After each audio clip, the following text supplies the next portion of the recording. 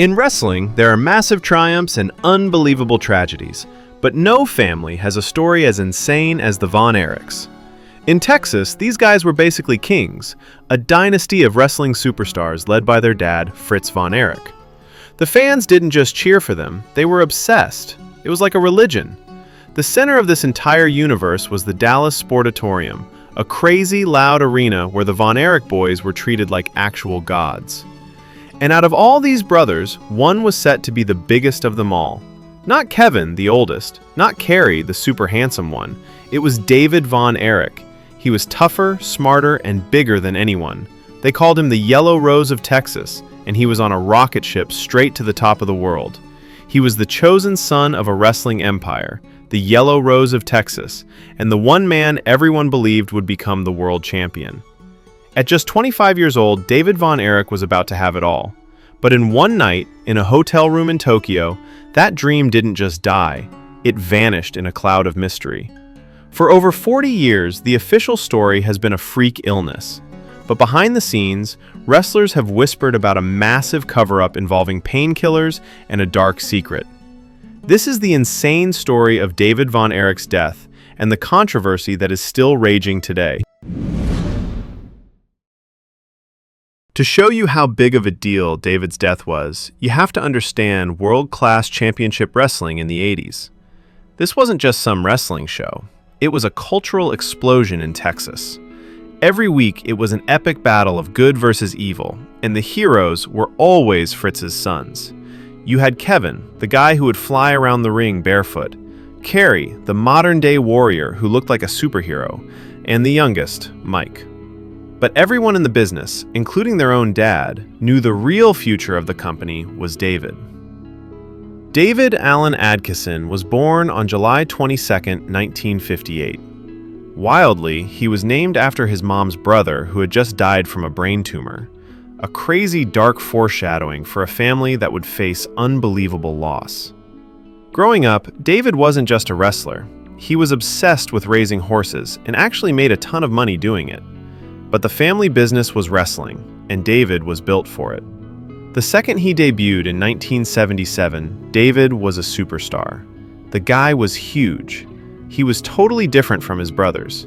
Kevin was all about high-flying moves, and Kerry was all about power. But David could do everything. He was a master technician, a crazy brawler, and he could talk on the microphone and make thousands of people believe every word he said. They nicknamed him the Yellow Rose of Texas, and his finishers were devastating, from a sleeper hold called the Dream Machine to the family's legendary move, the Iron Claw. Literally everyone, from wrestlers to promoters, said David was the best of the brothers. He just got it. He had the psychology and the presence of a global superstar. His dad, Fritz, saw this and put all his chips on David, grooming him to win the NWA World Heavyweight Championship. Back then, this was the single most important prize in all of wrestling, and it was held by the legend himself, Ric Flair. Winning that title meant you were the face of the entire sport, and David was the Von Erich who could carry that massive pressure. The years 1983 and 1984 were David's launchpad. The company was on fire, mostly because of the legendary feud between the Von Erichs and their ultimate enemies, the Fabulous Freebirds. This wasn't just a wrestling storyline. It was a war that had the entire state of Texas glued to their TVs. During all this, David was just dominating. On September 16, 1983, he got a huge win, beating Ric Flair for a different title, the NWA Missouri Heavyweight Championship. This was the final test. The plan was in motion. The entire industry knew that the NWA was about to make David Von Erich the man to finally beat Ric Flair. They were setting up the biggest celebration in Texas history. Just 1 week before he died, on February 3, 1984, he won another championship, beating Michael Hayes right before leaving for his tour of Japan. He was on top of the world. But in wrestling, plans can get destroyed in an instant. In early 1984, David had to go on a tour with All Japan Pro Wrestling, one of the most hardcore promotions on the planet. These tours were absolutely brutal, a real test of a wrestler's will to survive. It was where you proved you were tough enough, wrestling legends like Bruiser Brody and Stan Hansen. But something was wrong. For 6 straight weeks before the trip, David was sick. He had terrible stomach pains and was completely drained, like he had the flu. His brother Kevin even said David had been complaining about it for weeks. His own dad, Fritz, admitted David was sick, but explained it with the insane logic of the wrestling business. He had a flu-type condition for about 6 weeks, but in our business, if you can walk, you go out there. At least in our family, it's that way. Even though he was sick, David got on that plane to Tokyo. The pressure was insane. He was a champion, and champions don't take sick days. The tour started, and David kept wrestling, but he wasn't getting better. He was pushing his body past its absolute breaking point, thousands of miles from home. That if you can walk, you work attitude was about to lead to a total catastrophe. On February 10th, 1984, David was booked for a match. He never showed up. The news from Tokyo was an earthquake that shook the entire wrestling world.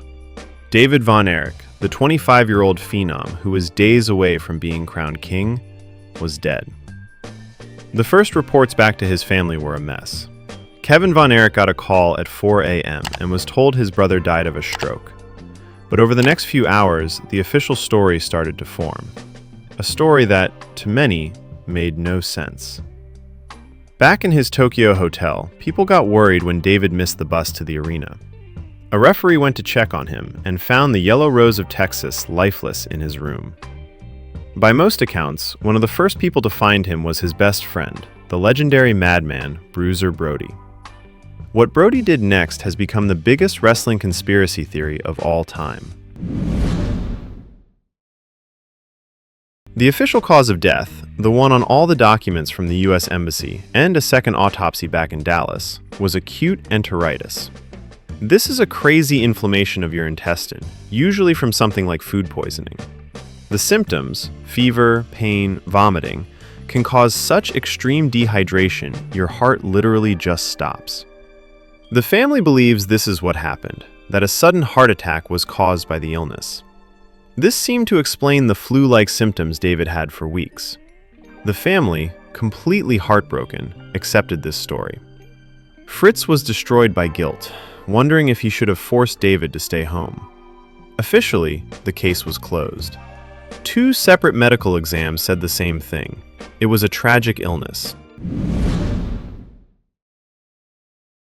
But inside the secret world of pro wrestling, a completely different story started spreading like wildfire.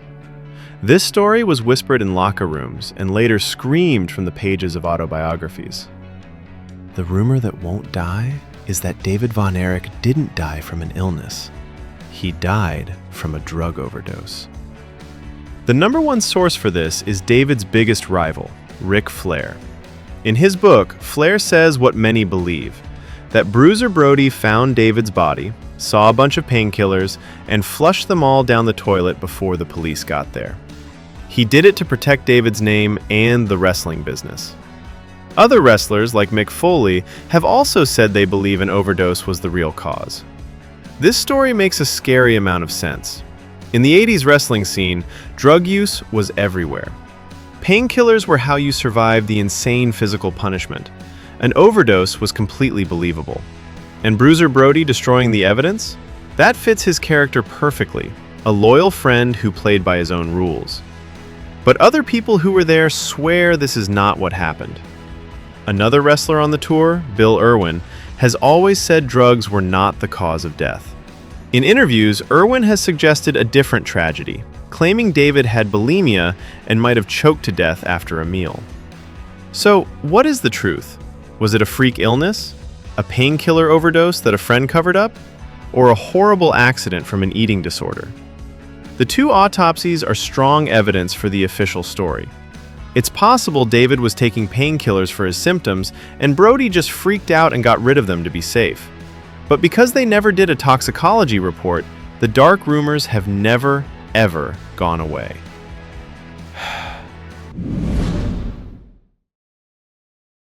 David's death sent a tidal wave of grief from Japan all the way back to Texas. Old news clips show an entire state just heartbroken. For the thousands of young fans of WCCW, this was a moment they would never forget. On February 13, 1984, thousands of people stood in line for his funeral. The church, which held 1,800 people, was packed, and hundreds more stood outside just to listen to the service over a loudspeaker. Texas had lost its golden boy. For Fritz Von Erich, the show had to continue. In wrestling, even the worst tragedies are turned into storylines. Fritz announced a giant event to be held in May at Texas Stadium, where the Dallas Cowboys play. He called it the David Von Erich Memorial Parade of Champions. The main event was the match David was supposed to have, a shot at Ric Flair and the NWA World title. And taking David's place would be his younger brother, Kerry. On May 6, 1984, over 32,000 fans packed into Texas Stadium. The energy was insane, a mix of sadness and hope. They were all there to see David's dream fulfilled by his brother. The main event was pure emotion. Kerry Von Erich came to the ring wearing a robe with a yellow rose on it that said, "In memory of David." Even though Kerry was super popular, people in the business knew he wasn't as good as David. He wasn't the chosen one, he was the backup. But for this one night, nobody cared. The match wasn't a masterpiece, it was a story. After a brutal fight, Kerry reversed one of Flair's moves and got a pin. 1, 2, 3. The stadium exploded.